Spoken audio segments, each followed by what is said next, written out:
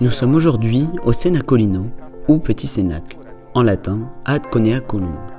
Il s'agit d'un monastère franciscain où l'on commémore l'institution de l'Eucharistie. Car malheureusement, depuis le XVIe siècle, les chrétiens n'ont plus le droit de célébrer dans l'un des lieux les plus sacrés de la chrétienté, le lieu même où Jésus a institué l'Eucharistie.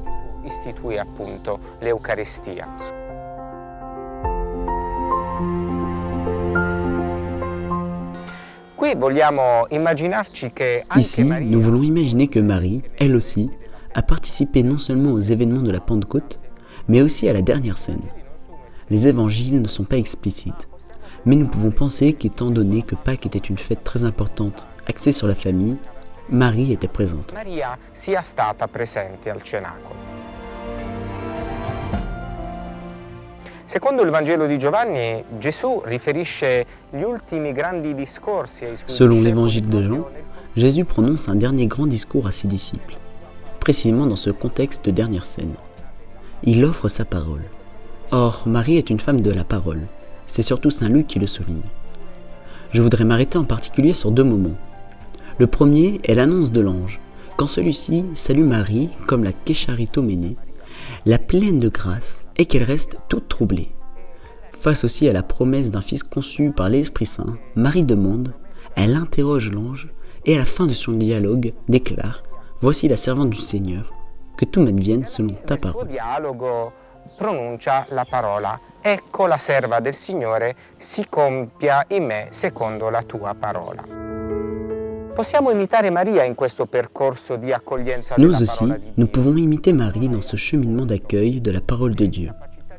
La parole, c'est l'écoute, c'est la capacité de recevoir la parole même lorsqu'elle nous dérange.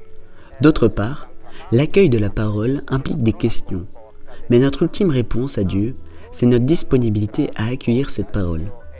C'est ainsi que Marie a conçu la parole, d'abord dans son cœur, puis lorsque cette dernière s'est faite chair en elle-même, car la parole personnelle du Père est incarnée en Marie. Nous aussi, nous sommes appelés à emprunter le même chemin, à écouter cette parole, à présenter aussi nos perplexités, nos troubles, à poser des questions, mais en nous confiant à la parole et en la laissant nous guider afin qu'elle devienne chair de notre chair et que l'Évangile s'incarne en chacun de nous. La parola e lasciandoci guidare dalla parola perché essa diventi carne della nostra carne, perché il Vangelo si incarni in ciascuno di noi.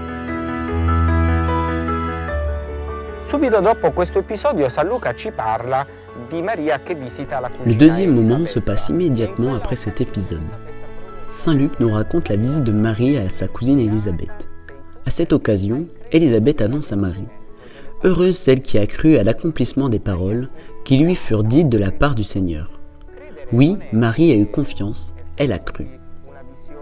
Croire n'est pas voir, dans le sens de voir toutes les choses clairement. Marie n'a pas tout vu clairement. Il s'agit de son cheminement de foi. Le Concile Vatican II nous en parle.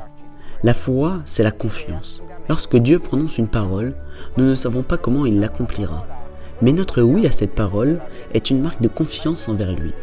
En cela, Marie ressemble beaucoup à Abraham, lorsque Dieu a dit à celui-ci, alors âgé et avec une femme stérile, que ses descendants seraient comme les étoiles du ciel et comme le sable au bord de la mer.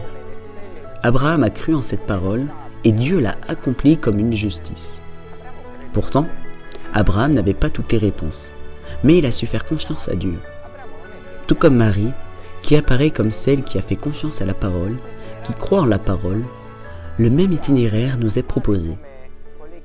Et c'est donc ce qui doit se passer pour chacun d'entre nous.